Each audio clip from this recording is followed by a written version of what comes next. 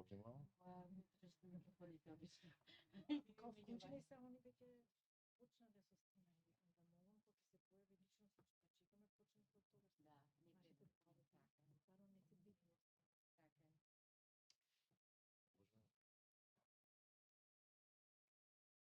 Добро.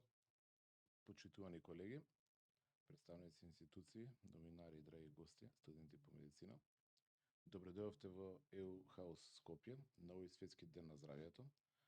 Денес не сме само собрани формално да одбележиме датум, туку да се соочиме со еден од најголемите предизвици на нашето време, односно падот на довербата во имунизацијата. Како што велат, науката не е само збирка на факти, туку и начин на размислување. Денес нашата цел е токму тоа, науката против дезинформациите. Живееме во ера каде што за жал лагата може да го обиколи светот, додека вистината се уште ги обликува чевлите. Токму затоа овој настан е фокусиран на сузбивање на дезинформациите и претварање на сувата статистика во една реална слика за колективниот имунитет. Мораме да запомниме дека имунизацијата не е само медицински чин, туку таа е основна превентивна инвестиција на секој здравствен систем и секако на секој поединец. Кога се сомневаме во вакцините, не се сомневаме само во една игла, туку во децении труд на илјадници научници кои што работеле за нашата безбедност.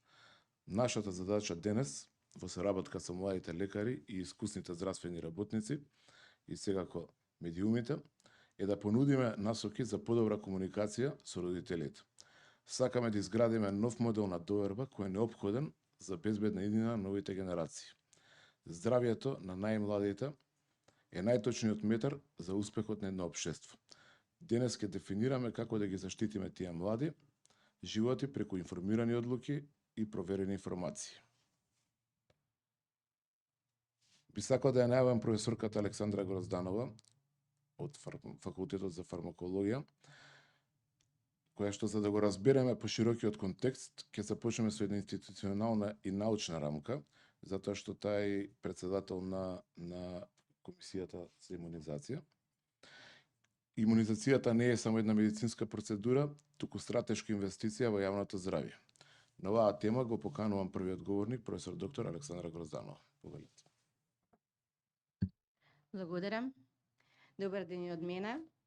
Јас сум професор на фармацевски факултет и подолго време ја водам програмата за имунизација како председател на стручната експертската комисија за имунизација, која што функционира при Министерството за здравство.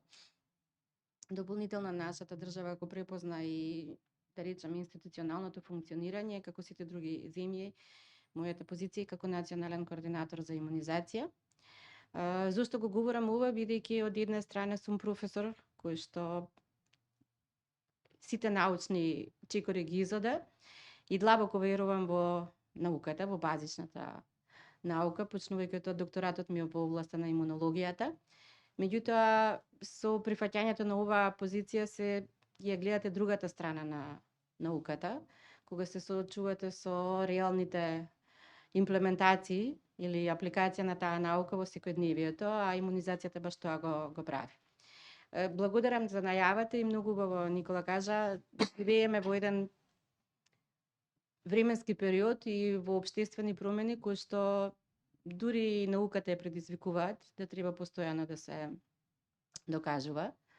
Јас чисто ја користам оваа реченица и затоа и сакав да биде кажана.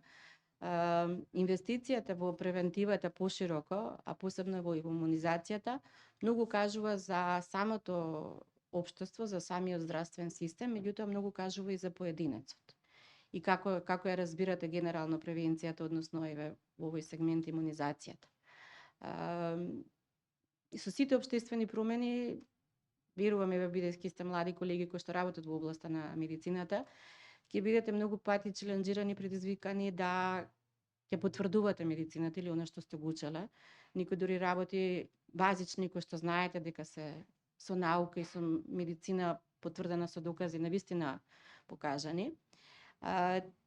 Тоа се почесто се случува заради притисокот на популистичките политички и општествени промени кои што се случуваат и ние сме сите сведок на тоа нешто. Вклучително иако се случуваат обично почнуваат од западноевропските или Соединетите американски држави и ние не остануваме имуни на тоа. Иако станува збор конкретно за имунизацијата за една од најстарите медицински интервенции. И пред да постојат вакцините во форма на вакцини, во форма на лек, процесот на имунизација или така наречено директно или индиректно прелажување на болеста го покажал својот бенефит и начинот на создавање на имунитет постоел од кога постои човештвото на некаков начин. Од друга страна, во современите текови, ова е една од ретките медицински услуги во кој што, барем во нашата држава, навистина државата се обидува да ја изведе и да ја реализира на највисоко ниво. Ќе говорам малку понатаму и за новите вакцини и за календарот што го имаме. А е меѓу ретките медицински интервенции кои што корисникот или пациентот не секогаш ја прифаќа. Обично пациентите се тие кои што сакаат, бараат терапија, сакаат дијагностика, сакаат опрема. Во овој случај ние сме тие што малце повеќе притискаме за да се прифати. И тоа се новите текови. На постарите наши колеги кои ќе му објасните што е функцијата, што е оние што се постари, да речеме, кои што биле бумери, родени после Втората светска војна, не можеме да објасниме зошто сега се објаснуваме за имунизација. Едноставно не можат баш да сватат што е тоа што ние сега треба да го докажуваме после X децении, како функционира и зошто е потребата да ја објаснуваме имунизацијата, но новите текови, новите, како што реков, и социјални и општествени промени, новите генерации на родители, новите генерации на младите луѓе ги носат со себе сите предизвици, вклучително и тоа дека некои работи мора да ги објаснуваме и да ги повторуваме. Споменав, нашата програма за имунизација е во рамки на Министерството за здравство. За оние кои што не знаат, тоа е една од програмите кои што државата во континуитет ги спроведува и морам да кажам, со должна почит на се она што се случува во здравството, ова е една од гранките кои што многу цврсто стои на нозете. Ние навистина, нема да кажам наше видување, туку ќе кажам од последниот состанок на земјите на Централна и Источна Европа, нашиот календар на имунизација е пофален дека е комплетно up to date, односно современ со сите европски и светски календари, вклучително имаме некои вакцини кои што во некои земји не се присутни. Ние последното обновување го правевме со 2 комплетно нови вакцини во 2019 година, тогаш ги воведовме рота и пневмококната вакцина, кои што до тогаш не беа во редовниот календар. И на тој начин ние всушност вакцинираме, сега нашиот календар предвидува заштита кон 13 инфективни заболувања. И последната промена, за која што рековме дека малце ќе продискутираме, беше промената од 4-валентната ХПВ кон 9-валентната ХПВ, значи вакцината против хуман папилома вирусот. Тоа се новините, меѓутоа од друга страна морам да посочам дека ние барем во овие неколку години наназад, ако ја тргнеме ковид пандемијата, се соочивме и со 2, така да кажам, мини епидемии. Едната беше поголема, 2018-19 имавме епидемија од морбили, во која што имавме 1904 заболени лица и имавме 4 смртни случаи. И тоа се случи во 2018 година, кога очекувате дека смртноста од вакцино-превентабилна болест како што се морбилите е далеку зад нас. За да биде уште поголема иронијата, ние 2024 и почетокот од 25 имавме епидемија со пертусис. Со едно заболување за кое што верувам нашите родители, не нашите баби и дедовци можеби се соочиле на времето, кон кои што исто така имаме многу успешна вакцина. И тоа само беа, за жал, многу болни потврди дека заболувањата не се искоренуваат, заболувањата постојат, меѓутоа ги ставате под контрола само преку вакцинацијата. Затоа ние не ги гледаме тие болести, бидејќи опфатот со пертусис ни падна некаде под 70%. Дури теоретски беше очекувано дека ќе се појави. Нашите колеги од Србија дојдоа некои 3-4 месеци претходно и рекоа, немаме, ние се фалавме дека немаме пертусис канази, они викаат, не, вие имате, ама не тестирате, па затоа не знаете дека имате. Кога почнавме да тестираме, се потврди дека имаме и тука имавме сериозна бројка. Тука распонот ни беше од новороденчиња кои што во козле кашлаа и беа хоспитализирани по повише од 2 недели и беа болни и кашлаа повише од 5-6 месеци до средношколци. Значи, не беше дури и возрастна популација имавме. И тоа не беше ништо доказ, туку баш тоа. Болестите постојат, бактериите и вирусите постојат, меѓутоа контролата нивна ја ставаме точно преку вакцинацијата. И сега вака да го објаснувате на некој ќе ви рече да, тоа се од другата страна ги имате нели теориите на заговор, што се случува со вакцините, фармацевската индустрија, односно фармацевската мафија. Ако нешто е од економски аспект најисплатливо, тоа е секогаш инвестицијата во превенцијата.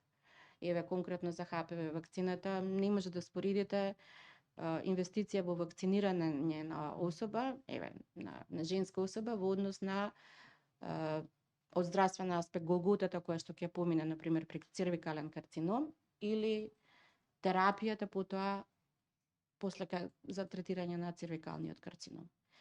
Не само здравствено и по квалитет на живот, сега има еден актуелен термин со кој што треба да се запознаеме, тоа е социјалниот товар на болеста, бидејќи покрај лекувањето таа индивидуа е со намален квалитет на живот, со намалено социјално битисување, но држави како нашата особено не треба да си дозволат со вака лимитирани здравствени буџети да фокусот го ставаат кон скапи третмани, долготрајни и многу со исклучително скапи и ретки медицински интервенции версус она што може да го превенират.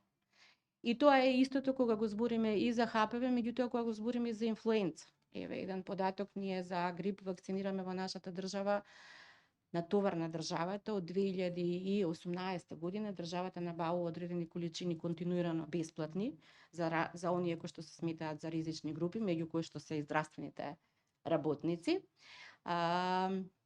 Добро е што се гледа дека инвестицијата долги години повтарањето на едно нешто доаѓа до бенефит. 2018 година таа количина беше 20.000 дози, минатата сезона потрошивме над 80.000 дози вакцини за грип. Тоа значи дека можеби свеста се подига. За жал свеста се подига ке постарата популација, најголеми корисници на вакцината за грип ни се возрастната популација над 65 години и хронично болните. За сметка на тоа, поразителен фактор, бидејќи сме во едно обкружување на здравствени работници, е дека ние имаме под 0,5% здравствени работници што не се вакцинирани со вакцината за грип. Иако е бесплатна, иако е достапна, дури направивме и вакцинација на клиника, за да докторите од клиника кои ќе се симнуваат од работа доле на Институтот за јавно здравје се вакцинираат, значи се прават некои чекори за да сето тоа се олесни и се обезбеди. Тоа значи дека секогаш треба да тргнеме сами од себе малце да бидеме самокритични, ако ние како здравствени работници се уште не го препознаваме бенефитот од превенцијата, а секој ден работите во ординација, доаѓате во контакт со пациенти, сте прво најизложени вие, а потоа може да бидете и вие кои што другите пациенти ќе ги заболите.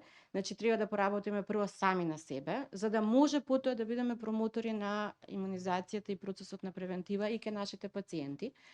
Од друга страна се соочуваме со родители кои што искрено ќе речам не би сакала во овие фази од општествено битисување секако да бидете млад родител, бидејќи целиот шум што се случува по социјалните мрежи, дезинформациите, секаквите шпекулации кои што се пласираат, навистина го доведува еден родител во многу деликатна состојба, да првата работа за своето новороденче кој што ќе треба сам да ја одлучи, биде примањето на вакцината.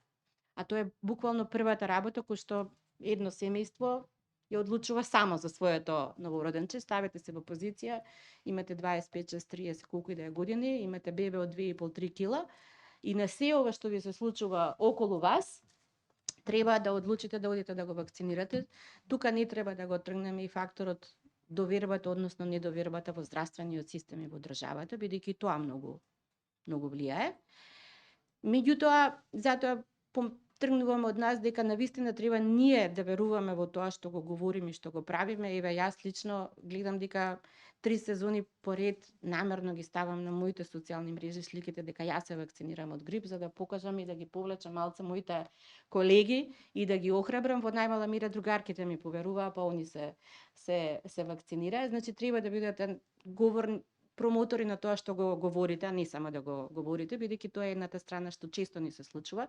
За жал тука немаме секогаш поддршка од сите здравствени работници. Ни требаат педиатрите, ни требаат гинеколозите за различни сегменти. Може би педиатрите гледаат секогаш онаа друга страна на детето, болно, неарно, па ги одложуваат вакцините. Но сепак сите треба да говориме во еден на ист јазик, а тоа е јазикот на медицината и на науката која што е потврдена. Така да реално се соочуваме со различен тип на фактори и предизвици, особено во делот на имунизацијата. Вие имате состојба во која што во Соединетите Американски држави никоја препорака ќе биде дадена, па ќе нас се толкува на еден или на друг начин, тоа почнува како една каскада од реакции. Но сепак мислам дека инвестицијата и во првенствено млади луѓе кои што ја разбираат медицината и науката и ја промовираат и ја практикуваат почнувајќи од себе. Вие сте сепак млади колеги кои што гледам дека многу внимаваат и на лајфстајлот, внимаваат на тоа што јадат, како спортуваат. Во целата таа приказна никако е тогаш невозможно да не верувате во она што значи превенција. Едноставно таа слика некако фали ако не верувате во тој сегмент, дека поише верувате во чија, него во вакцини кои што десетици, да не кажам децени или векови наназад ја потврдила својата ефикасност. И дополнително, ако во однос на здравствените системи и терапијата и тоа како ние лекарите ги гледаме тие работи, јас сум фармацевт, меѓутоа таа е нашата перцепција. Кога вие имате мака, кога имате болест, прифаќате секој еден вид на терапија само за да ви биде подобро. Секогаш кажувам и го кажувам примерот и на студентите, имате главоболка, пиете аналгетик, верувате во терапијата, главоболката ја нема. Во овој случај имате треба да имате изместено верување. Да примите терапија, односно да примите вакцина и со самото тоа што никогаш нема да имате болест, да верувате во функционирањето на таа терапија, ама тоа е верувањето во медицината и во науката. И пак ќе кажам, мислам дека навистина секоја една индивидуа, почнувајќи од индивидуата, треба да инвестира во своето здравје, посебно преку превенција. Ние се движиме кон еден процес во кој што сигурно за неколку години ќе дискутираме за терапевски канцер вакцини. ХПВ вакцината е една и всушност таква вакцина, покрај тоа што спречува инфективно заболување, спречува развој на 8 различни карциноми.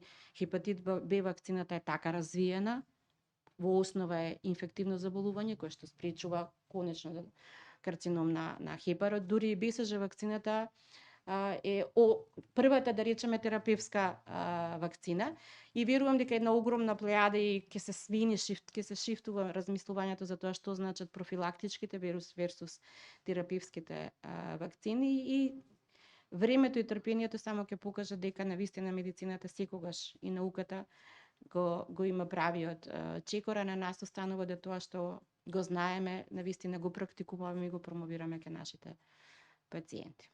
Ја за сега толку, понатаму ако треба да дискутираме. Морам пресо ќе Грозданова да стварно да ве пофалам во однос на програмата и исто така да потенцирам дека сум изненаден од малиот процент, рековте 0,5% од здравствени работници кои што ја примиле вакцината. Јас сум еден од нив, лично доктор Гада Петковска не има вакцинирана и сега дека поддржувам нормално кога јас сум тоа сум го направил, давам сигурност и на помладите колеги да ми има заштитено де факто. Друго што би сакал да прашам, вие всушност колку време сте председател на таа комисија? Јас сум од 2021 година именувана како национален координатор.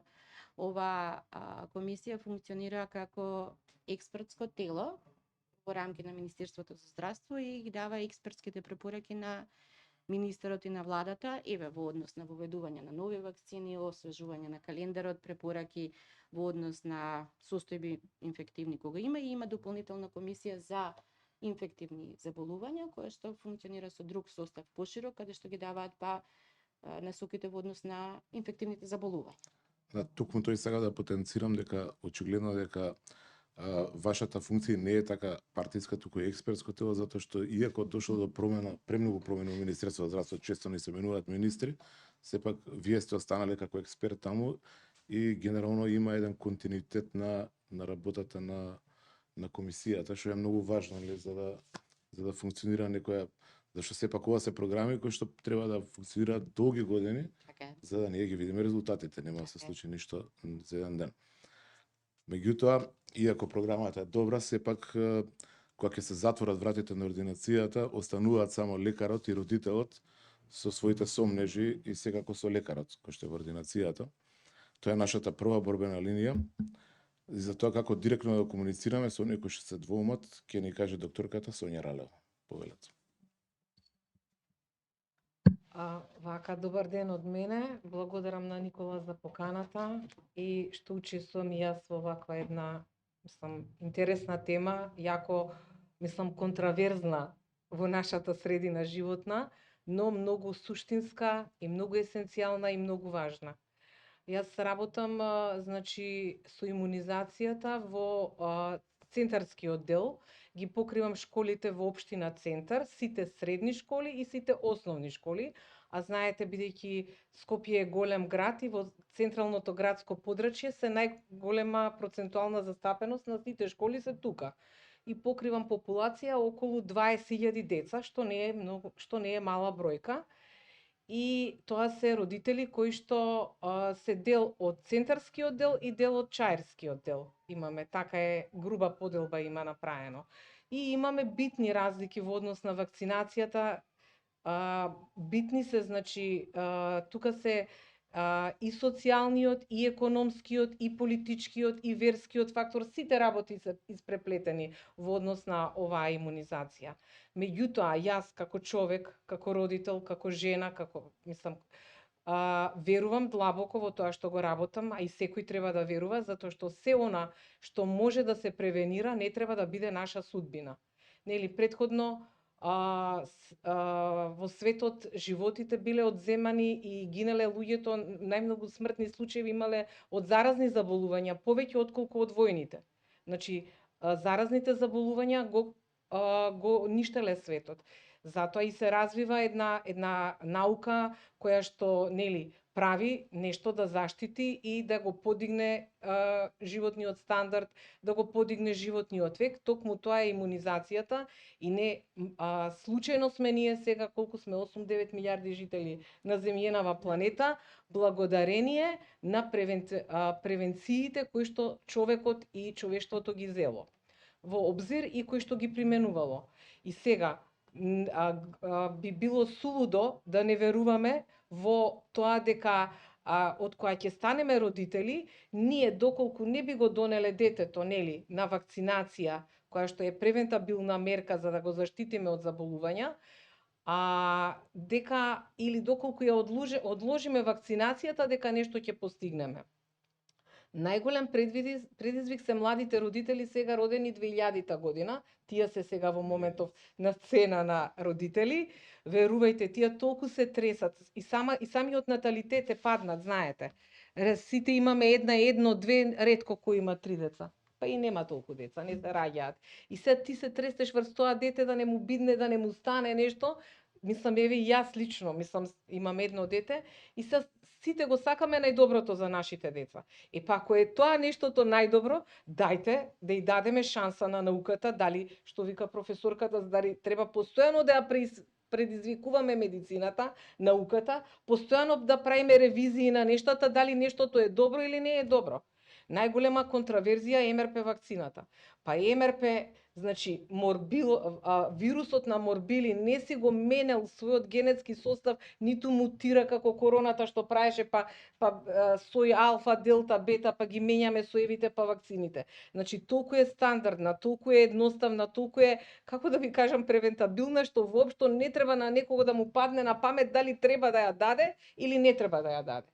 Еве, јас гледам, доаѓаат родители од Англија, поради миграција во Шведска, Америка, вика, таму, вика, докторке, вакцината ја даваат, вика, на 1 година, за 3 месеци втората доза ја даваат. Се овдека сме им дале шанса на 13 месеци и на 7 години. Па и тоа им било многу, периодот им бил долг, не можело така да се даде. Обично со такви прашања се соочувам. Па зошто, вика, вика јас вика или ако ја даде покасно вакцината, нели поради препорака на нашите ценети педиатри, почекај нека прозбори, почекај нека проводи детето, па ќе му дадеш вакцина. Верувајте, јас тоа го слушам секој ден и страшно се вадам од такт. Мислам како е можно еден човек кој што прошол на медицински факултет, па толку вечери, толку денови, толку животот го посветува на науката и сега ние се сомневаме во нешто кое што е докажано. И сега јас сум тука, нели треба да го убедам родителот и да му кажам дека во светот МРП-то ја даваат заедно со варичела. Значи две вакцини даваат. Значи во посебни се тие. Една во една рака, друга во друга рака. Овде една даваме. Па и за таа една е проблем. Верувајте е проблем и затоа е падот таков и таква е ситуацијата каква што е. И најголем проблем имам со интелектуалната маса во наводници, центарските школи, центарските родители, оти ние сме по наука и по вокација експерти за се. Од астронаутика до имунологија, до космонаутика, све сме ние.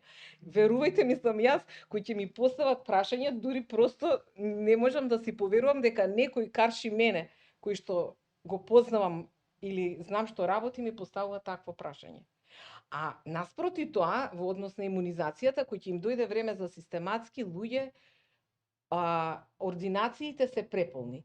Секој го зима детето и сака да го измери, значи си се грижи, сака да му знае висина, тежина, стапала има равни, оти тоа било побитно отколку имунолошкиот дел. И сега им викам, добро бе луѓе, како вие сега една сакате состојба, значи сакате систематски, а вамо неќете имунолошкиот дел, што е битен да го заштитиме. Значи, за да го зачуваме здравјево на детево. Па вие не знаете доколку се разболи што би можело со едни морбили, една мини епидемија што ја направивме. Оти ние сега нели не ги гледаме, нема морбили, еве нашиве деца не прележуваат, конкретно моево дете или овие деца себе што се. А зашто не прележуваат? Сега никој не се прашува зашто не прележуваат. Па не прележуваат оти покриеноста со МРП вакцината била висока и ние сме го вирусот ставиле под контрола, не дека вирусот го нема, па тој тука е. Границиве се порозни, војни беснеат, Блиски Исток, Азија, не знам кај све беснеат. Уште тука, значи за секунда, за микросекунда може да дојде тука кај нас. Тоа треба да им се даде на упатство и на знаење на родителот. Па на крај па и пертузи свативме, епидемија, па и тоа не снајде, и таа мака не снајде. Зошто не снајде тоа? Па сега детето, тие што нели ги одложуваат нели вакциниве, покасно ќе им ги дадат, па не мора ќе ги испуштат дозите бе, вика доктор ќе помина времето за давање вика на вакцина, помина возраста. Не, реков. Никој пат не поминува. Додека сте живи, кај мене нема да поминете. И додека сте, значи, стварно верувајте, јас може делувам многу ригорозно и сега ќе ви кажам, се соочив со еден случај. Двајца родители добиваат медицински работници и селеничка виза за Америка. Едното големо дете вакцинирано со сите вакцини и доаѓаат кај мене со празно ливче, излезено од болница, детето 11 години, ни една вакцина. И паѓаат на колена, значи се молат, вика доктор, ке те молам, ти си спасителот наш, значи од тебе зависи дали ќе влеземе во Америка. Јас се наоѓам во една шокова состојба, не можам да си поверувам што гледам пред себе и што слушам, каква непристоен предлог и непристојна понуда. Викам во ред, јас ќе напишам една, две вакцини, ќе ги фалсификувам, пример, што не би го направила тоа. А 15 вакцини, каде се? Вие знаете дека не може пиле да пролета во Америка, во Австралија, во Канада и не знам каде? Мислам, вие самите се свесни што се случи со еден Новак Џоковиќ, затоа што не ќеше да ја прими вакцината за корона, му ја уништија кариерата на човекот, му ги одземаат титулите. Значи, не може. Значи, јас лично, како човек, не дозволувам да се пропушти ниту една вакцина. Се што е пропуштено таму кај што сме застанале, таму ќе си продолжиме. А има вакцини кои што, нели, можат да бидат продолжени. МРП-то нема рок на траење до 18, до 12, до 1 година. Па ние кога беше вакцинацијата, вакциниравме и 70 и 60 годишни луѓе, правевме титар на антитела, тие што не прележале немаат антитела. тие што прележале како мене 70-тите, сите прележувавме. Зошто да прележуваме? Кога ние имаме вакцина. Вие сте, гледам, млади деца, најверојатно студенти, вие сигурно не сте прележале затоа што сте имале вакцина и затоа што сте вакцинирани сите и нема да прележите. Затоа што ако опфатот е ваков, доколку падне опфатот под 90%, тогаш сите сме во опасност. Тогаш сите тие што и имаат примено вакцина се во опасност да бидат заболени од морбили, кои што, не дај Боже, завршуваат само тој што бил неинфективно и видел пациент како умира од морбили, а јас сум видела, само тој може да ја знае таа хорор приказна. Колку е травматична и не дај Боже да се најде некој во таква состојба. Второ, се малце за вакцинава со морбили. ХПВ вакцината. Па ХПВ вакцината, значи, почната да се дава од 2009-та, двовалентна, па 4-валентна и сега 9-валентна. Најмодерна, значи најмодерна, не модерна, него најефективна.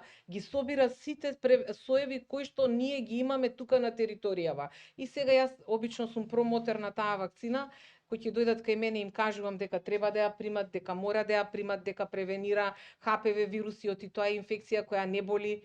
Значи не значи дека одма кој ќе легнеш со некој одма ќе почне да те чеша, да те пече и да те боли, треба да помине време па за да почне да се ствара некоја болест или приказна.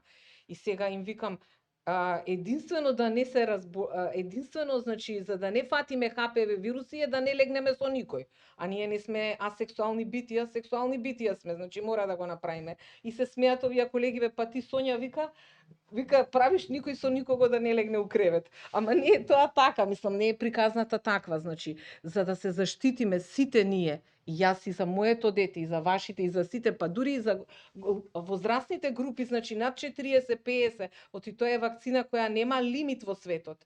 Нели, нашата земја ја зеде до 19 години бесплатно ја дава, над 19 години се плаќа. И сега никој не би отишол, нели, са 500 евра да фрли, ептен ако има мака па му типизирале ХПВ 16 и 18, па, нели, единствено така може да се спаси. Сите ние, значи студентите на медицина, сите ние докторите, па дури и матичните лекари треба да ја земат во обзир оваа приказна, затоа што лечат од 0 до не знам каму, до 100 години лечат, значи да се направи некоја стратегија да се каже дека имаме ефективна, ефикасна вакцина која превенира на вистина болести кои што се кои даваат, значи вакцина за карцином превенира, еве. Самиот факт, значи, превенираме карцином. Па малку ли е тоа? Па мала работа ли е, значи, еден карцином да го превенираш, кој што е трет по свет по смртност, на светско ниво. Една Австралија до 2030, затоа што вакцинира уназад 30 години, тоа е 20 години, и машки и женски, ќе значи збори за ерадикација на болест на карцином на цервикс на утерус. Значи, затоа што свеста е развиена кај луѓето. Ние, да ви кажам, мислам лично јас свака со тоа што се студирам, што се среќавам, мислам дека и немаме толку голема свесност, не дека родителите се толку антиваксери и дека не сакаат. Напротив, антиваксерските движења се во многу мал процент.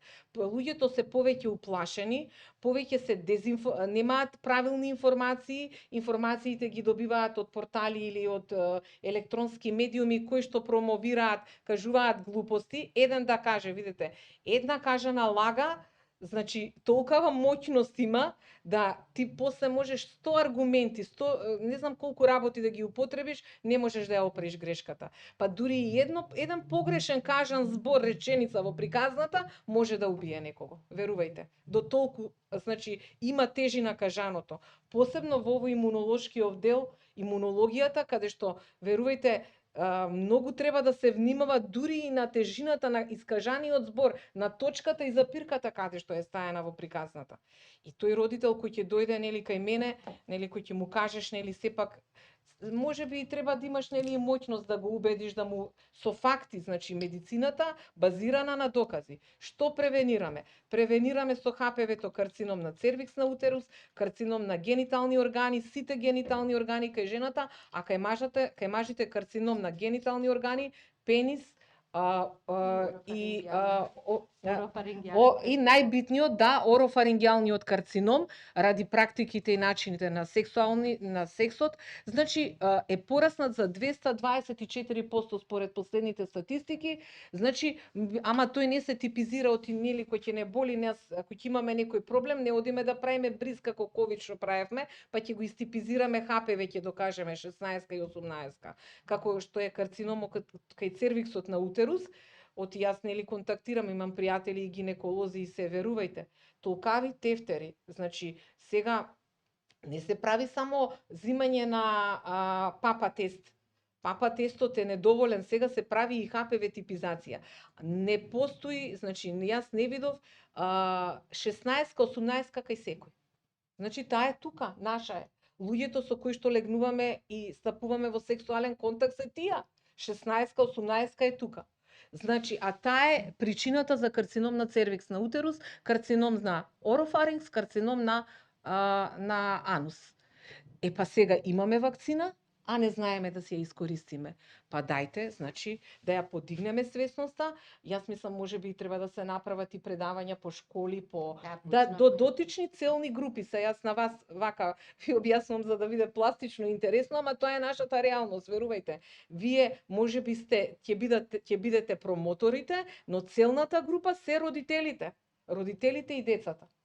Детето може да одлучи кој ќе направи 18 години, а и одлучуваат, верувајте. Јас им кажувам на сите, една убава приказна, значи баш така убаво срочена, и после вика докторке кога може да дојдеме, па викам дојдете кога сакате, за вас е дозволено све. И верувајте, доаѓаат. Доколку ја имаат правата информација. Правата информација е пола завршена, уствари цела завршена работа, според мене лично. Мислам дека не е завршена работа, оние кои што веќе имаат некој предубедување. Не е завршена работа кај што оние веќе имаат некој предубедување. Да. Меѓутоа, во тој случај ќе треба да искористиме повеќе прави информации, па да стигнеме можеби до убедувањето. Меѓутоа ми се допадна идејата за проект за поминување на средните школи. Да, тоа е многу важно, тие се најбитните и најтаргетната група е таа. Најтаргетната и најважната група. Ствари, тоа е и нашата иднина. Да, па Европската унија имаат и доста повици каде што е заедни идеја, можеби заеднички можеме да аплицираме во еден од тие проекти за да реално го обезбедиме таа кампања по школите, по учениците. Иако да, кампањата по здравствените работници исто е многу важна, зашто на крајот на денот здравствените работници се оние кои што имаат најголема доверба кај пациентите и најголема моќ за сето тоа. Да. Спомнавте една статистика дека покривате 20.000 деца од ваква една брзина. Израчунав, пресметав дека тоа е од прилика вие некој што се очувате со 70 ученици дневно. Дневно, да, секој ден е така, да. Покриете тие, да, сигурно имате еден куп приказни кои што ги не дел споделивте, дел после може во дебатата дополнително. Меѓутоа, често слушаме за проценти и статистики, но што значат тие во реалниот живот? Кога колективниот имунитет ќе падне под одреден ниво, последиците се опипливи и опасни. За трансформацијата од статистика во реалноста ќе ни зборува доктор Сандра Петковска. Благодарам. Благодарам, колега. Пред се да ја поздравам иницијативата на еден ваков ден, односно денот на здравјето, да се обележи на ваков начин, говорики за една многу битна темелита, да ни речам, мерка, која што е всушност една од основите на здравјето, односно превентивата, поготово имунизацијата.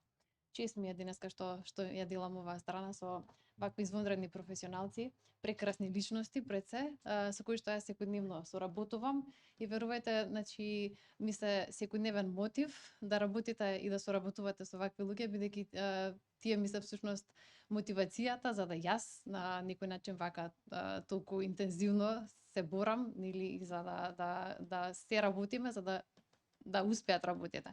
Значи, бидејќи има два типа на луѓе кои што наоѓаат изговор и луѓе кои што ќе направат се за да нештото функционира. Овие личности што ги гледате тука, вклучувајќи ме, претпоставам и мене, сме од таа страна кои што ќе направиме се за да нештото функционира, а не да наоѓаме разговори.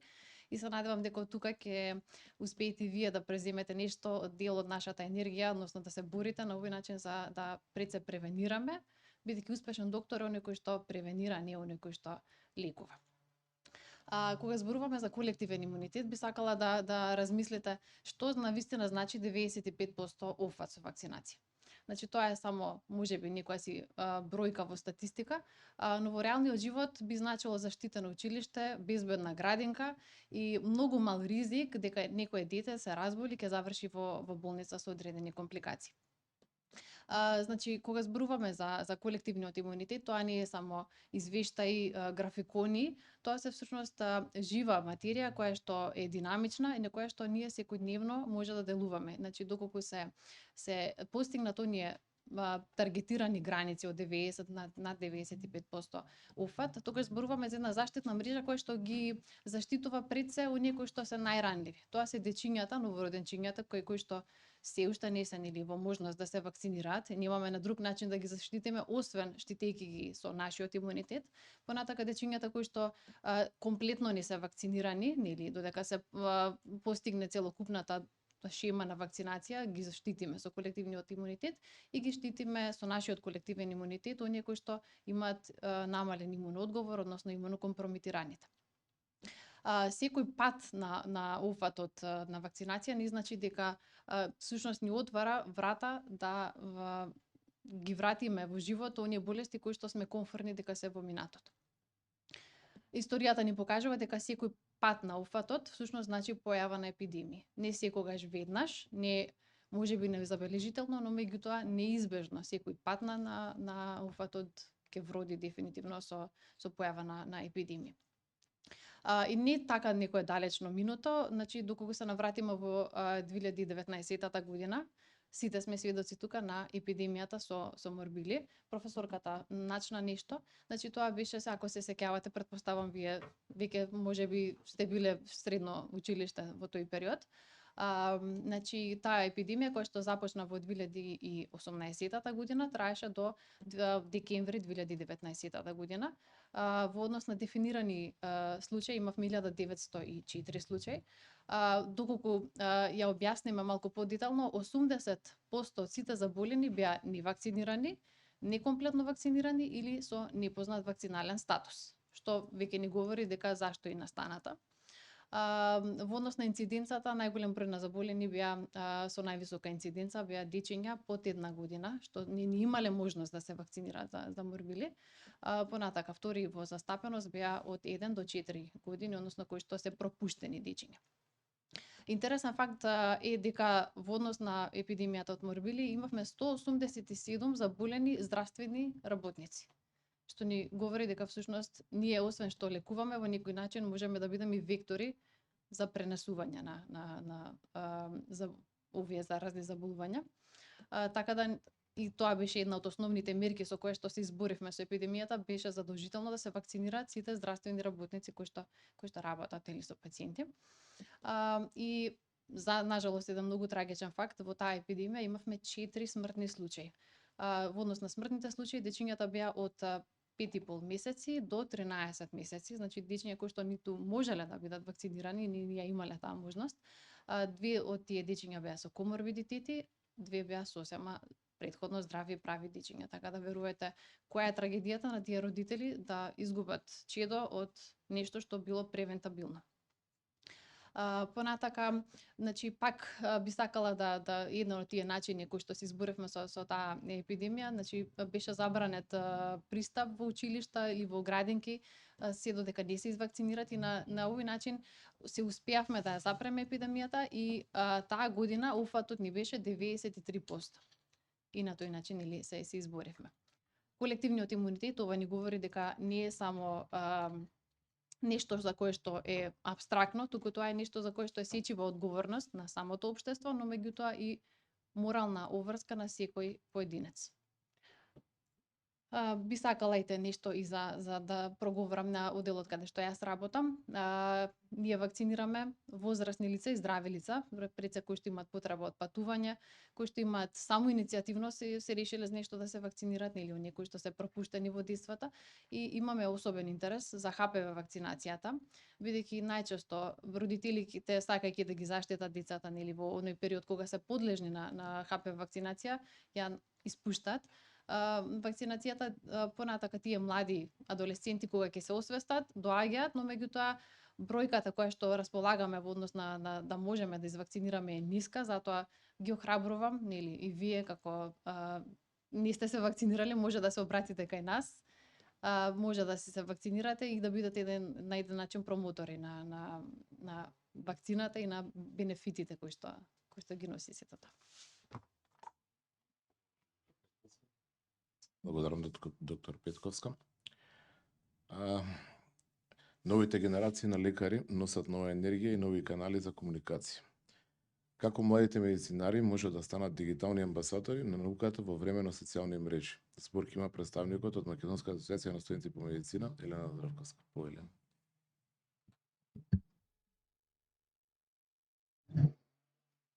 Се надевам дека микрофонот ми е уклучен. Добар ден на сите. Многу ми е мило што сум тука. Најмлада сум, најнеискусна, сум тука со такви лица кои имаат такви навистина битни улоги во ова наше општество. Но од друга страна сум представник на таа генерација на миленијалци и тие генерации на нови родители кои ќе почнеме 2000-та, 2001 и кои ќе имаме нови прашања, па мислам дека можам да донесам нова дискусија, еден нов аспект. Мислам дека сите тука заедно сме сложни на тоа дека во денешно време борбата за јавно здравје не е само во амбуланта, не е во ординација, не е во болница, туку почнува токму на социјалните мрежи. Некој од вас кажа дека еден клип може да излезе многу од контекст, да разбуди сомнеш кај многу луѓе и со тоа што ќе разбуди сомнеш кај толку многу луѓе, секој сомнеш во медицината скапо чини. Досега докторката зборуваше за колективен имунитет, на тој начин се губи тој колективен имунитет. Не само тие кои лично одбираат да не се вакцинираат, туку тие и кои не се во можност да се вакцинираат, дали лица со хронични болести, со одредени состојби кои ги спречуваат, со посебни потреби кои на некој начин не би имат оправдана медицинска индикација да не се вакцинираат, со тоа што ние кои сме здрави не се вакцинираме, не ги заштитуваме и нив. За ова нова тема кажавме дека е навистина многу контроверзна и дека има многу да се зборува, но тука би се задржала најмногу на тие баш млади родители кои во иднина ќе дојдат во ординацијата и начинот како ние може да изградиме пред се доверба во комуникацијата со нив. Во денешно време имаме голем пристап до информации. Секој, доколку порано, вие кога сте учеле, за некоја информација да ја добиете, би требало да читате многу големи книги. Сега тоа е еден клик и не само ние како медицински професионалци имаме пристап до таа литература, туку и обични, како што сами кажавте, дека и кај вас доаѓаат многу луѓе кои не се од медицинската сфера, имаат навистина многу информации, прочитале. Тука е проблемот, што значи тоа прочитале. Колку некој кој не е едуциран во медицина може тоа што ќе го прочита да го разбери. И тука сметам дека ние и како млади лекари, и како студенти по медицина дури, заради тоа што докторите се навистина оптоварени во ова денешно време, а ние студентите може да ги искористиме сета енергија што имаме, да одговориме на тие прашања кои тие ги имаат, зашто тие се многу. И самото тоа дека секој родител го сака најдоброто за своето дете и никој не сака да не го заштити тоа дете, но едноставно ќе отвори на интернет, ќе прочита десетици информации, од тие десетици информации две ќе се релевантни, другите 8 ќе се нерелевантни, но ќе се покликани него оние две кои се нерелевантни и тој загрижен родител ќе се појави во амбуланта и ќе ги постави тие прашања и сметам дека многу е битно колку и да се долги, колку да се исцрпни, треба да се одговорат на буквално наједноставен начин кој ќе биде за тој соговорник прифатлив. Тука исто можам да кажам дека е многу битна едукација на сите здравствени работници во однос на имунизацијата, буквално од сите области, не само зашто некој кога сака да се вакцинира за ХПВ нема да мислам правилно би било да се јави на гинеколог, но нема да се јави на гинеколог доколку комшијата интернист, тој ќе се јави кај комшијата кој интернист. И интернистот треба да ги знае кои се придобивките за вакцинацијата со HPV да го одговори тоа прашање. Зошто ако тој каже не знам, јас сум слушнал вака, сум слушнал така, и некој обичен ќе си каже Доволно засомнеш. да, доволно засомнеш. Ете, тој е доктор, тој мене така ми кажа. Јас сум во генерација кога беше почетокот на HPV вакцината и ние генерацијски не сме вакцинирани за HPV, зашто ете во мојот клас имаше 2 мајки гинеколози и тие први 2 се тргнаа на страна и кажа ние нашите деца нема да ги вакцинираме за HPV. Останатите го следат примерот. Тие се експерти, тие се гинеколози, затоа мора што е навистина штета. Ете сега сум студент на медицина, освестена би сакала да ја примам таа вакцина. Планирам да ја примам таа вакцина. Но ете тука ми поминале тие 19 години кога некој друг можел да одлучи за мене. Сега на мене останува финансискиот трошок за таа вакцина, зашто сега тоа кошта. Навистина тоа е штета, затоа и ние како студентска асоциација имаме баш одбор за сексуално и репродуктивно здравје, се задржав на HPV, но и општо за имунизација. Ние секоја година го и одбележуваме неделата за имунизација.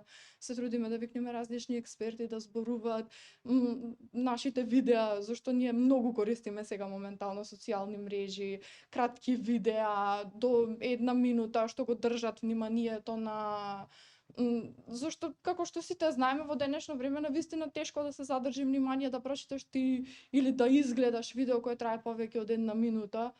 Ако првите 10 секунди не ти го привлечат вниманието, тоа не да било кој експерт ти едноставно ќе го прескок. Почнавме под пола саат да правиме за да бидеме слушани.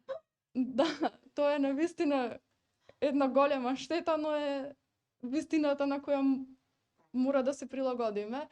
И исто тука е навистина многу, некој од вас кажа дека многу е битно дека има информации. Не е битно дека ги има тие информации, битно е како ќе стигнат тие информации. Дали знаете дека ви дадат бесплатна вакцинација за хепатит Б? Да. Студенти за Да. 4, 5 и 6 Дали сте вакцинирани? Второто Да, прашање. вакцинирани сме за Да, сите возможни затоа е добро вака да речеме интердисциплинарно да разговараме. Јас на сите мои предавања ги прашувам моите студенти се фармацевти, ама придавам и ке медицинари нешто. Затоа ја правиме таа иницијатива да покажеме дека државата има желба. Вие сте генерација, уште 2 генерации имаме кои што се родени кога хепатит Б вакцината не беше во задолжителниот календар на имунизација. Значи таа почна од 2005-2006, на крајот, така, ете така. А сега веќе генерациите кои што доаѓаат, кои што се 5-6 година, се тие кои што можеби не ја фатиле. Државата направи напор да обезбеди, биќе тоа се прва нашите идни здравствени работници. Тие наши колеги ќе работат и во сала, и во лабораторија, и ќе бидат стоматолози, и ќе доаѓаат директно ќе бидат изложени на хепатит Б вирусот. И таа пракса, верувам сега серологија да направиме на клинички, секој втор здравствен работник има титар на антитела, најчесто прележана за жал хепатит Б, меѓутоа хроничната нетретирана инфекција, особено ваквите, еве како што е хепатит Б и HPV, доведува до многу посериозни заболувања од обично инфективно заболување, да не го третираме како инфективно заболување. И затоа направивме чекор баш заради тоа, да ве поттикнеме, да покажеме дека државата мисли на, кога велам државата, тоа се политики кои што покажувате дека сакате да обезбедите здравствени работници кои што утре ќе бидат заштитени прво за себе, а нема да бидат ризики и за пациентите.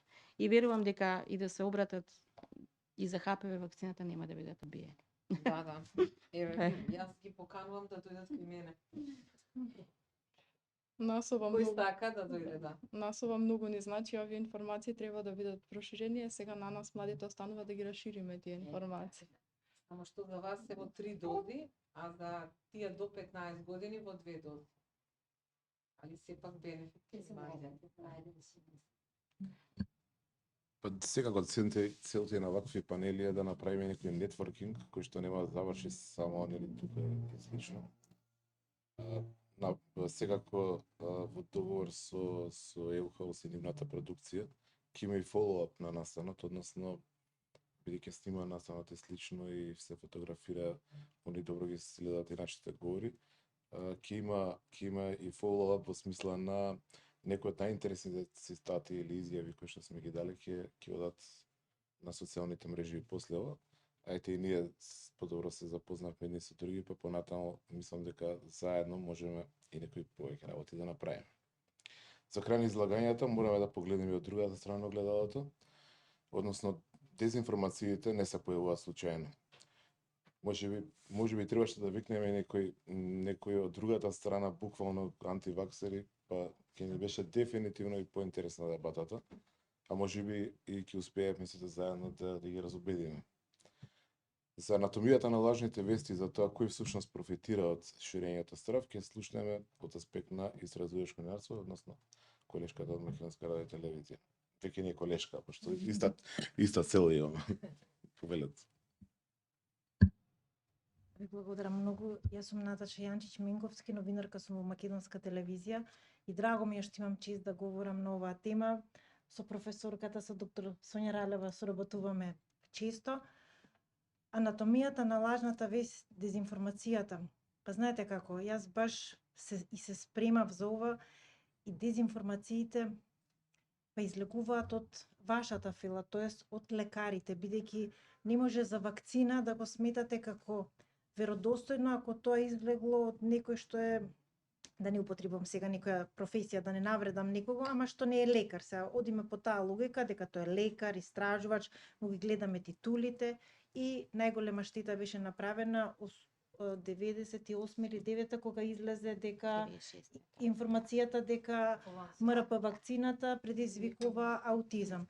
Докторката Сонја Ралева спомна колку е опасно кога ќе се прошири лажна вест. Ние на факултет учиме дека ако земеме една перница со пердови, се качиме на солитер и пердувите се веста која што ние пласираме. Сега сакаме да ги справиме работите, да ги собереме пердувите. Никад нема да успееме.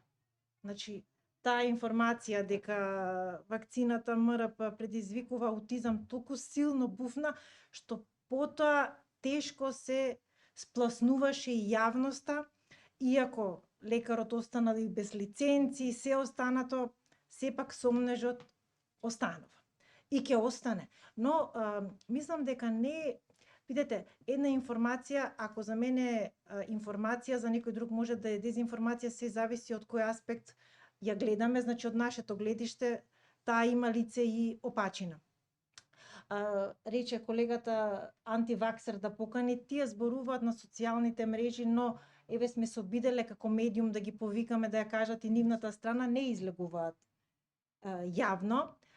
Но видете како, јас мислам дека силата и тврдам дека силата е во вас, во сите вас лекари, бидејќи секој што е освестен не ја чита само информацијата или не ја слуша, туку гледа кој е тој човек, што постигнал, колку е образован, значи лекар, ама мене ми треба сега да е лекар од браншата, па нели ќе прогуглам каде што завршил.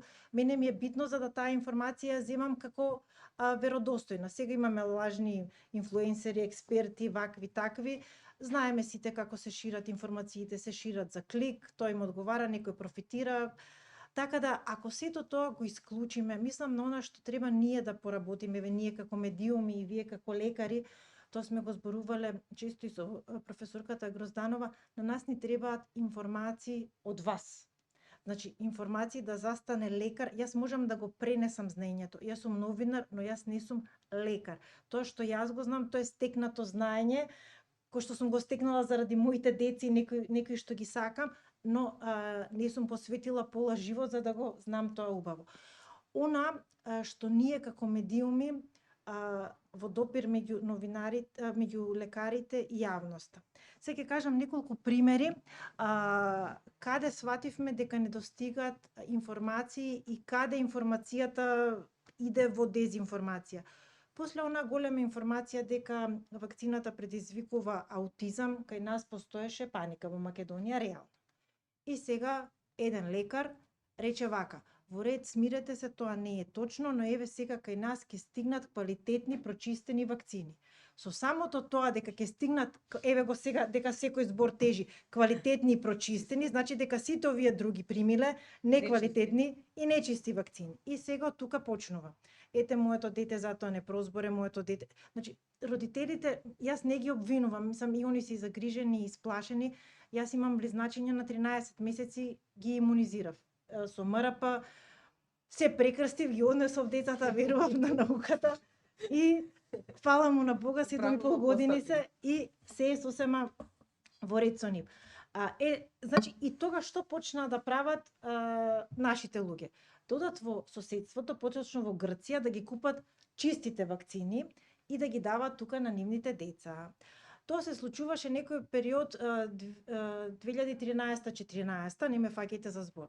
За да 2018 случајно ми пролета една вест дека во Грција формирана анкетна комисија која ќе истражува дали актуелниот министер за здравство и тој претходниот земале пари од фармацевтска компанија за да купуваат вакцини. Значи, гледате, и таму негде ако купиме нешто нема да се ги заштитиме децата, значи само штетата е поголема ако работите вака ги кажувам. Она што друго ни треба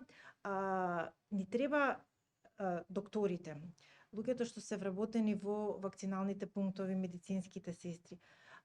Дали да поминат обука или да се на ист став, или не знам како да го објаснам тоа, затоа што од таму ние од некоја тетка, комшивка, баба добиваме ај почекај уште 2 месеци.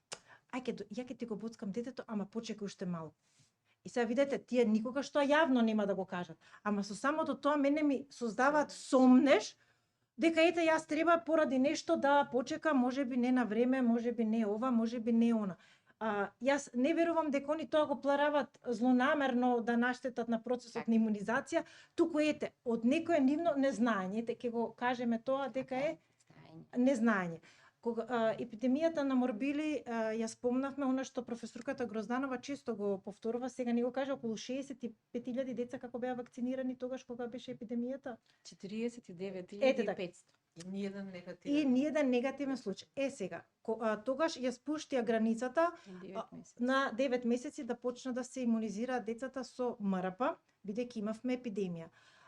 Одат мои блиски да го имунизираат детето за да го пратат во градинка, видете, тоа не се необразовани луѓе, тоа се академски граѓани, информирани, значи идат да си го имунизираат детето. И таму им викаат: ние вакцина не му даваме, ризик не можеме да преземеме, што ако му биде на вашето дете нешто? И сега нормално тука иде рачна, вие во вакцинален пункт добивате таков одговор, значи не е до антиваксерите. Мислам дека најголемата моќ во сето тоа ја има баш вашата фела, еве како и што спомна колешката за двете мајки гинеколози, сега нормално мајка би ми рекла, сега таа господја сигурно повише знае од мене, бидејќи е професионалец, така? И тука ја повлекуваме рачката и затоа ни паѓа тој опфат на имунизација. Исто така, што сметам дека е многу битно, не знам сега вие како представник од комисијата, да се следи постојано дали се носат уредно вакциналните картони во градинки, ви текнува, затоа што кога ќе ни се случи епидемија, сваќаме дека тоа било празно, само тоа што е примено во родилиште и ништо после понатаму. Друго нешто од праксата што ни се случи кога беше пертусисот, доаѓа колешка на работа вознемирана. Ви кажувам, моменти од праксата, бидејќи ние сме тука спојката, нели, да ги објасниме работите за да нема дезинформација. Доаѓа колешка вознемирана и вика: на моето дете денеска му бризга 11 вируси, значи како го дозволив тоа, му дадоа 2 вакцини, онака целата нервозна, како тоа 2 вакцини, мислам, нели 11 вируси, тоа на вознемирана. Во меѓувреме се слушам со сестра ми и вика: значи, како да ти кажам, лекарите не се нормални, значи, сега отидов за една вакцина, сакаат на детето да му дадат друга вакцина, што е ова да го искористат моментот, сега ќе ги дадат сите за останати вакцини. И сега видите, од две различни страни ви доаѓа ист страв дека некој за да го подигне опфатот сега вика дај на децата се што треба и што не треба. Мислам секој родител не си информиран и се плаши. Се плашиш и во тој момент звонев во Министерство за здравство и викам ве молам дајте ми некој лекар што ќе ми позборува баш на оваа тема да објасниме дали некој стварно дава све што се останало одеднаш и да треба и да не треба. И тогаш една се сеќавам како сега докторка од пунктот во Јане Сандански, Даниела мислам дека Даниела Марковска објасни дека не е смислено сега во моментот нешто такво. И во минатото две вакцини може да се дадат одеднаш и се комбинира жива и нежива. Значи си има како тоа е одело, не е сега, ама ние ја немавме таа информација. Ние мислевме, нели, сите што беа исплашени дека сега сакаме да го поткренеме опфатот и да се пофалиме дека да испотрошиме од вакцина. Да, потрошиме. Ете, тоа ни фалеше како информација. Друго нешто. Во ковидот без размислување прими вакцина на Pfizer. Кога имав проблеми со срце, отидов на кардиологија, ај сега анамнеза зема вака така, а ковид прележав. Вакцина примив. Од тоа ви. Да. Значи, јас, од лекар на клиника за кардиологија добив информација дека јас проблемите што имам сега со срцето, мене ми се од вакцината.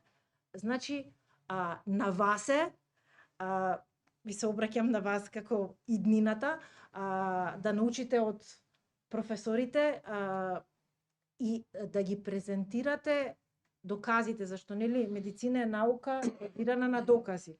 Значи, на докази да ни објасните. Голема е вашата моќ.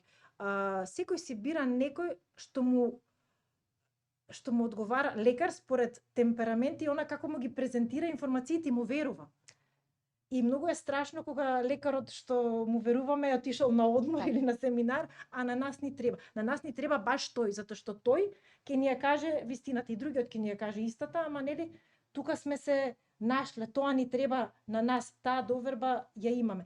И мислам дека кога ќе се почне како епидемија имавме како тогаш, може тоа ни помина професорке, не објаснивме пред време дека може две вакцини да се дадат во исто време, но да. Во календарот го пишува, ја ќе се надоврзам малку да не биде стереотипно дека вака говориме. Секогаш го кажувам, тази сум вратена лани од Америка, имав студиски престој и имавме ние од јавно здравство, американците проаѓаат низ формална едукација за комуникација. Значи, се она што го имате како знаење, да знаете како да го пренесете, не само кон колегите, студенти или здравствени работници, туку и кон општата и широката јавност и кон новинарите. Еве, например, спомнавте ковид и ковид вакцина, сега искочи голема ретроспективна студија дека 72% повеќе несакани последователни здравствени состојби има од прележан ковид во однос на ковид вакцина. Значи, заболувањето како заболување, сепак имало многу повеќе несакани ефекти, краткорочни и долгорочни, вклучување и кардиолошки заболувања и други, во однос на вакцината. Тоа како податок, ниту јавноста го виде, ниту демантите, ова е многу убаво и тој пример го учевме и ние со пердувите, кога веќе еднаш ќе ги ја пуштите информацијата, таа може само да се амплифицира, не можете да ја приберете и не можете во негатива да ја носите никогаш. Дури и јас, кој ќе ја споделам информацијата, вие процесирате. Јас длабоко што верувам во сето тоа, секоја една, да не кажам во наводници, и тешка глупост ми останува и ја процесирам. Вие не можете да го анулирате тоа дека сте ја примиле информацијата. Календарот за имунизација, бидејќи не сте знаеле, јас и друг сликовит пример кој што исто е така од овие комуникацијски стратегии, најголем дел од нас возат автомобили, повеќе од 10-15 години, знаете само да го поправите автомобилот. Го давате клучот на сервисот ви го работи и потоа вие возите две деца на 150 км на саат на автопат. Знаевте последен пат како ви се викаше пилотот во авионот што го возеше? Ова се бие прашање, не, тоа не интересира, нели? Нели? А имате голема потреба да знаете кои вакцини заедно се примаат при исто боцкање, дали докторката ви е на одмор или не. Треба да верувате во системот и во процесот. Инаку секој од нас би требало, јас не знам кога одам, јас не сум лекар и кога не знам како се прави, ама верувам дека не ме спржуваат кога ќе ми ги стават, нели? Електродите. Верувам на тој што го работи тоа, независно кој да е. Затоа го спомнав моментот, не доверувате по никогаш во системот, во процесите, не води до тоа дека во се нешто бараме објаснување. Секој еден родител, збориме за млади колеги, збориме за дигитални медиуми, здравство ви е една платформа во која што ги имате здравство.mk, во која што го имате календарот, најчесто поставувани прашања, интеракции, ве носат на сајтот каде што се регистрирани вакцините, го гледате составот на вакцините, дигитална направивме апликација Моје здравје, користете ја, ве охрабрувам за да може да ги видите внатре интервенциите, сите ви стојат и сето тоа е достапно, ако малце прогуглате на македонски на нашите сајтови ќе ги најдете. Значи интеракцијата е двострана.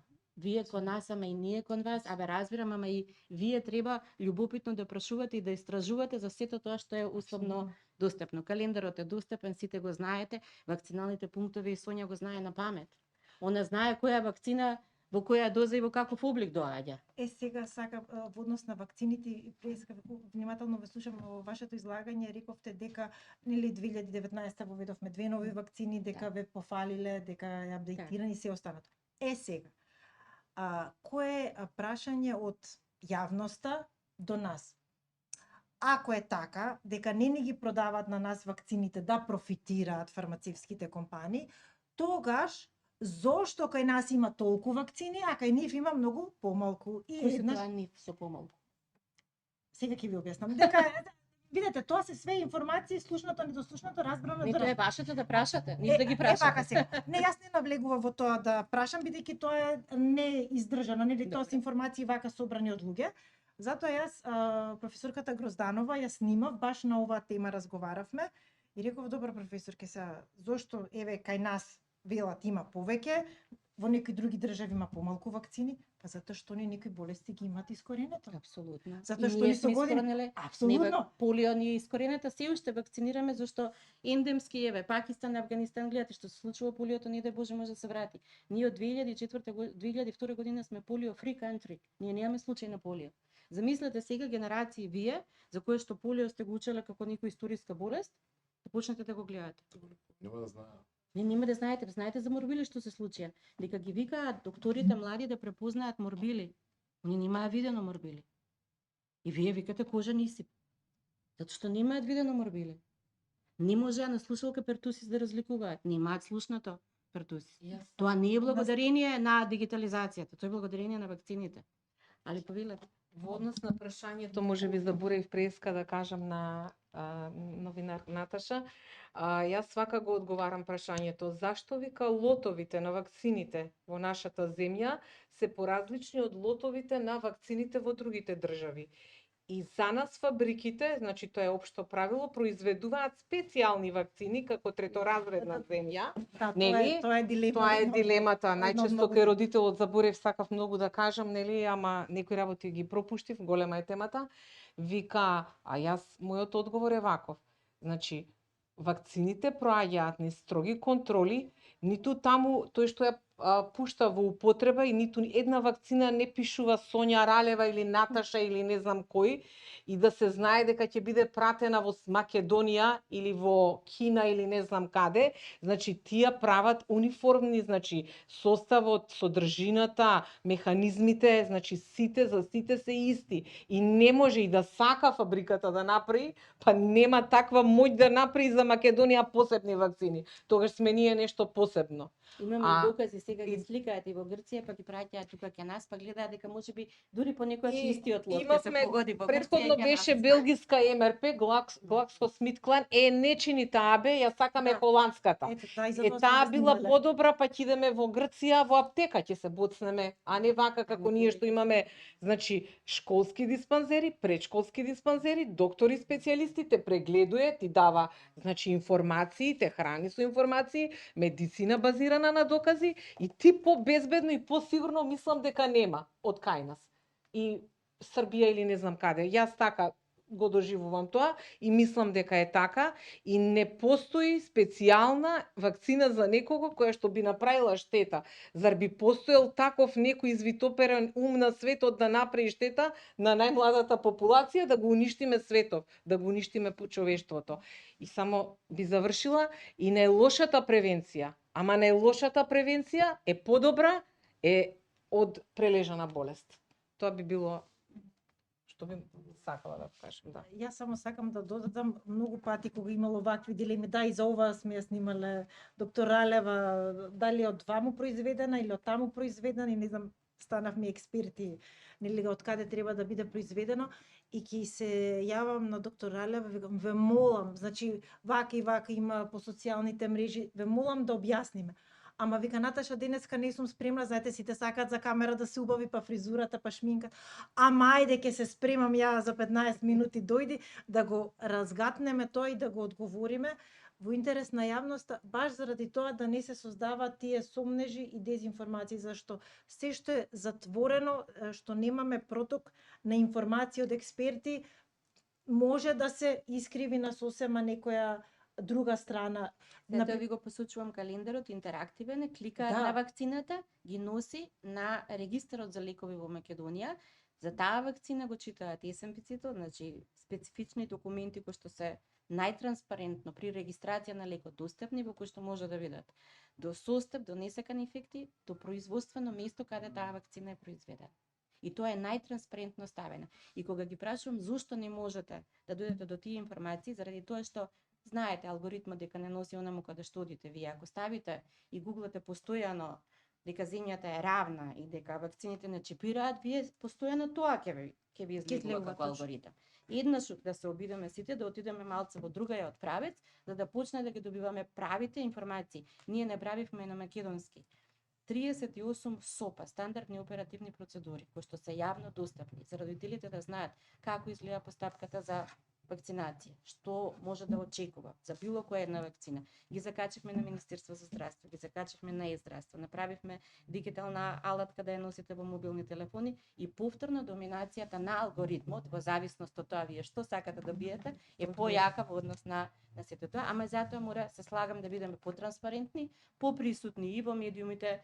Од другата страна морам да кажам се малце поагресивни во однос на нас, што секој збор се обидуваме два пати да го промислиме пред да го кажеме, и затоа ние успеваме секогаш битката да ја добиеме, ама long term и на долги стази мислам дека ќе успееме. Јас само уште еднаш морам ова да го обично, мислам, све е направено од Комитетот за имунизација, све фино спакувано, сопови, календарот се клика.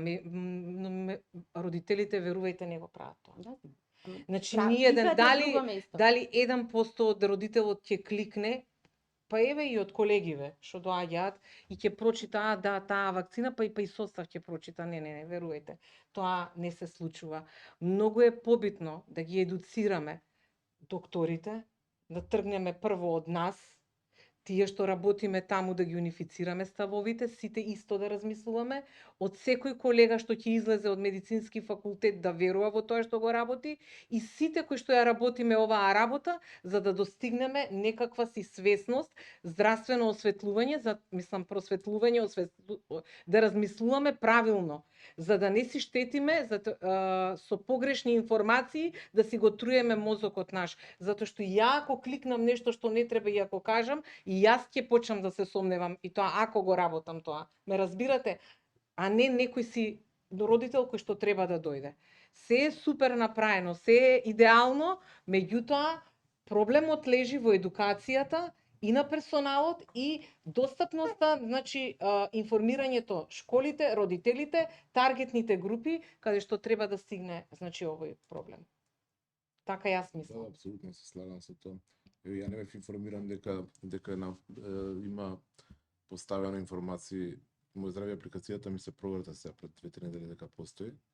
Не сум инсталирал, меѓутоа може се вулгаризирам дебата, а сите се интересираат за состав на вакцини, па што има внатре, па например продукт Кока-Кола што го пиеме секојдневно, не само што не сме заинтересирани, туку е тајно заштитен рецептот, а као тоа онага функционира секојдневно на премногу нива. Така да транспарентноста е важна, важни се нашите ставови и важно е да размислуваме на исти начин и да, меѓутоа, верувајте, докторка, дека не верувам дека никош ќе постигнеме, освен да ги вакцинираме против дезинформација, не успееме дури и здравствените работници да ги доведеме на сите да имаме унифициран став. Крајот на денот демократија е, секој си има право на свој став, ама жално е да во денешно време да се уште имаме ставови како пред, би рекол, дури векови назад. И месечината ја споревме вчера дали е равна или дали е снимка, така да тоа е реалноста во која што живееме и честитки да тоа нашите колеги хуманоиди што ти дадат таму. да. Така, доколку некој од студентите од публиката треба сака нешто да пометне, да наметне како дилема, слободно. Има некој нешто, да? Како ќе да тони со микрофон? Благодарам. Добар ден. Имам прашање за докторката Сонја Ралева. Кој е вашиот совет за нас студентите? Како да изградиме емпатичен диалог со родител кој што е преплашен од премногу дезинформации, без тоа од наша страна да звучи премногу технички или со осуда? Прво, да покажеме малце емпатичност и човечност и топлина, прво дека дошол, да се осмелил да дојде и да ни го довери, нели, своето дете. Сепак детето е нешто најдрагоценото што може човек да го добие. И едноставно, значи, како би постапиле вие кога би биле родител или доколку сте родители, јас го давам мојот личен пример, дека јас се 21 дојдов до дете, 7 години лечев стерилитет и Господ ми даде дете, и кога го добив тоа дете, јас ниедно прашање не поставив, ниту си наметнав себе си дилема дали треба да го носам на вакцина или не треба да го носам. Сметам дека треба да го носам на вакцина и дека тоа е за доброто на тоа дете, за да не, нели, за да полесно ги пребродиме сите состојби, доколку затоа што ние сме колективни битија, живееме во колективи. Тоа дете, значи, мора да оди во градинка, мора да оди во училиште. Единствен начин да го заштитиме е имунизација. Друг начин не постои. Според мене, јас така. Затоа што сме колективни битија, нели, мораме да живееме, социјални сме. Друг некој да не сака да... Добар ден од мене. Јас имам прашање во однос на руралните и малите заедници. Како ние може да го подобриме вакциналниот опфат токму во овие заедници, затоа што сепак тие немаат и толку пристап до медиуми и се поизолирани од поголемите градови.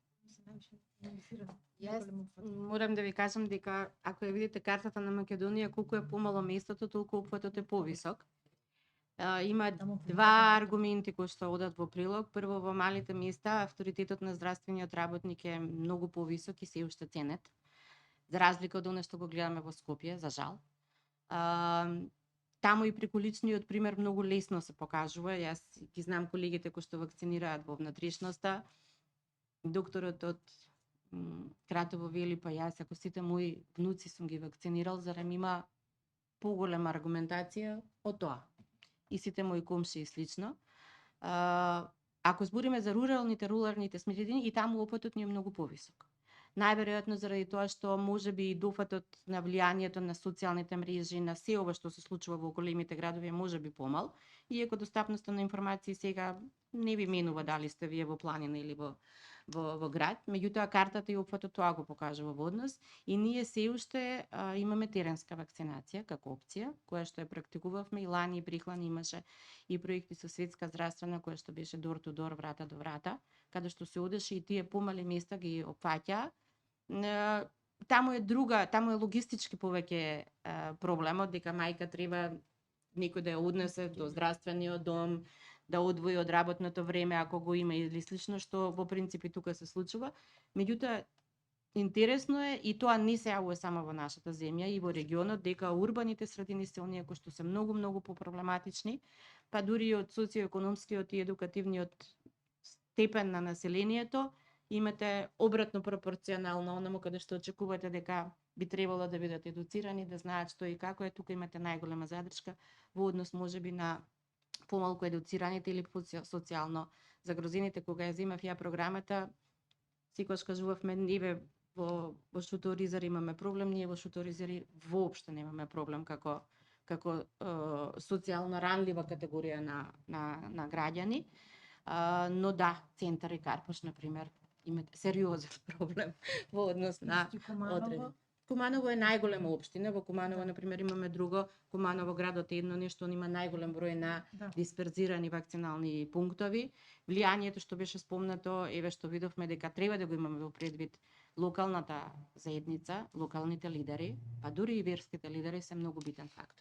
Особено во малите места, кога нивното влијание и како во населението значи, покрај здравствениот авторитет кој што мислам дека е доминант. Тоа без исклучок, мислам буквално во малите места на оваа демографија докторите знаат кога е мајка, кога ќе се породи, како се вика детето и после крштењето почнува вакциналниот период да се одвива и ги знаат децата по име и презиме. Тоа е предноста на малите места и предноста на докторот кога се наметнува.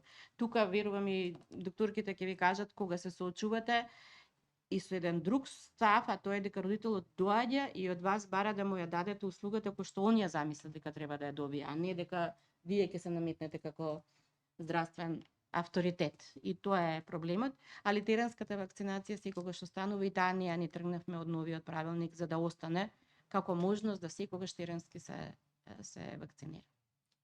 Благодарам. И уште нешто сега друго да наметнам, толку ова ми изненади информацијата, меѓутоа доколку руралните средини е така, а еве да кажеме луѓето од неруралните средини повеќе патуваат и треба да патуваат во некои држави каде што самата влез во државата сугерира да си вакциниран од известна вакцина, например жолтата треска. Како се справувате со лицемерието на тие родители што во тој случај воопшто немаат проблем да примаат таа вакцина, имаат проблем да ги примаат сите оние. Сме го снимали и ова. И ќе ви кажа новинарката, ја имав еден наслов, се чини на едно интервју, дека никој не прашува за составот на вакцината за жолта треска, која што е една така од понепријатните. Ама кога треба да се патува, посебно суплатен аранжман. Да, тогаш имате и притисок како не ви е срам да ја немате таа вакцина. А истите оние кои што истите оние родители чији деца се со бленк картончиња за имунизација, тогаш ви создаваат притисок како може државата да си дозволи да ја немате оваа вакцина. Точниот збор го потреби Никола лицемерие. За жал ние тоа го имаме наша колешка од клиника, неколку беа, последната сега беше кога одат да работат во странство, во Германија беше медицинска сестра. Професорке многу ве ценам, ама сега и птен ке ми значи апропо доктор Сонја со Америка, во 5 месеци да ги примам сите овие вакцини. Знаете, и ништо друго не им треба, се ќе прифати, само затоа што на веќе од 1 септември треба да почне на работа. На работа во клиника во Германија на хематологија, не сака да дискутира дали сте вие вакцинирани или не, мислам. Не станува збор за тоа и тогаш се примаат сите. И тука исто е еден момент кој што системот треба да го наметне кога збориме во рамки на здравствени работници. Во неврзан разговор, зашто викам до сега, викам барем за ваша заштита, работите и тука на хематологија, зашто не се вакцинирате вие? Никој не побарал професорки од нас. Значи дека и системот на некаков начин може да побарува од здравствените работници да бидат оние кои што ќе мораат да бидат вакцинирани. Во една реченица жената кажа многу голема вистина. Ако ние дозволуваме да здравствените работници работат, а не се вакцинирани, не можеме да очекуваме секогаш на совеста на индивидуата дека сама ќе побара, пошто во Германија не побарала визата, него побарало работното место за да биде вакциниран. Се извинам да се надоврзам само кратко на ова.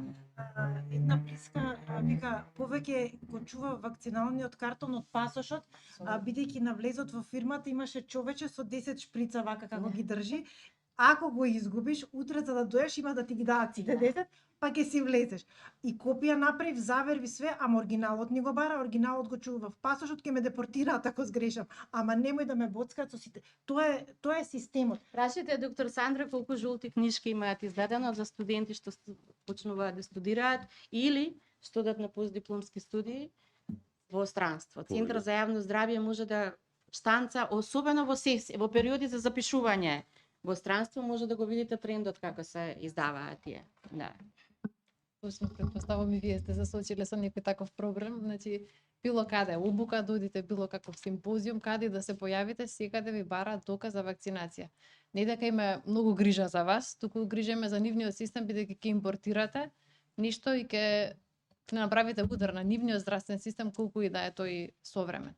Така да, значи можеби во однос на превентивата и задолжителната имунизација во државата можеме да се правиме ситен или колку сме паметни на некој начин, но меѓутоа кога некоја друга велесила ќе побара од нас, тогаш сме сите наредени зашто како нема услови. Тоа ни е секојдневие, особено, значи се што ќе помине во нека било каква апликација поминува кај нас и верувајте, значи постојано тоа да ни речам околу 30 до 50 на луѓе ни се обраќаат дневно за таква потреба. Така да подобре навремено да си бидеме совесни за да се заштитиме тука, па понатака ќе се друго ќе ни бидат вратите отворени на некој начин било каде. Нема да кажам уште нешто, Секако извинувам, дека да. новинар не можете да запретите, ама само уште сега кога спомна за колективно имунитет, значи на нив не им е битно дали вие сте вакцинирани за вас лично, туку да не им однесете некоја болест. Кога имаше пертусис, баш правевме некои теми, повеќе работевме на темата, разговарав со правник. Кое право е побитно? Кое право на образование или право да не бидам вакцинирана па да ги заразам сите, каде е правото за образование и колективното, дали се исти права или едното е поголемо од другото. Па не вакциниран да тргнете во образовниот процес и на тој начин да предизвикате, не знам, епидемија, ако повеќе нели како сега што паѓа степенот на имунизација, и вака ми одговорија правниците. Правата се на исто ниво, и едното и другото. И колективното, значи сите да бидеме заштитени, и ова да тргнеме во школа, значи сите да имаме образование. Но не сме директор да не запише дете во прво оделение, бидејќи ќе му се јави овој, оној, ќе го дадат на суд, па знаете веќе како иде, недовербата во системот и вика дај ќе го проднеме ова дете, нека иде. Сите знаеме некого што нема имунизирано дете, а што име во школа. Значи, таа флексибилност, да ја наречеме флексибилност на нашиот систем, го дозволува тоа. Другите системи тоа не го дозволуваат. Само да се надоврзам, имаме присуда од Уставен суд, во која што правото на здравје и заштита на здравјето е повисоко од правото на образование. Знам, ама не се почитува. Зошто, да, ја добивме таа присуда, тоа беше пред X години, поради тоа што родителите са, нашиот закон за образование е дека нашето основно образование е задолжително и е право на секое дете. А и се коси со законот за имунизација, бидејќи во исто време велиме дека нема да запишеме во училиште дете што не е имунизирано. Имаше постапка и во тој случај Уставниот суд наш даде препорака и присуда во корис на здравјето. Да, ама тоа не се практикува баш ради флексибилниот систем кој што го затоа што нема секој сила за да ја трча битката по судови во странство. Така поили доктор Сандра. Сакав исто да се надоврзам за истото што и професорката го скоментира. Значи, неприкосновено право на секој новородено дете е правото на здравје. Вие, ако сте родител, му го загрозувате тоа право на тоа битие кое што, иако излегло од вас, сепак си има своји права и треба да му ги почитувате. Тоа е едно нешто, без разлика колку и да сте родител, вие мора да ги почитувате правата на тоа дете за здравје. Добро, благодарам на сите, благодарам на присутните. Како што спомнав за парадоксот на состојките, односно доверувате и не доверувате во истиот, за разлика од конзумеризмот и маркетингот кај што постојат еден куп трикови, науката е една отворена книга, која што за среќа е секогаш подложна ревизија, на проверка, на апдейтирање на најновите откритија. Така да ние како здравствени работници и дигитални амбасадори на политикиве, ние што денеска ги разговаравме, ние всушност треба да ја преведеме таа книга на науката на најдобар можен начин кон нашите студенти, родителите, децата и се надевам на понатамошна соработка. Навистина прекрасна дебата, благодарам уште еднаш. Благодарам и на вас.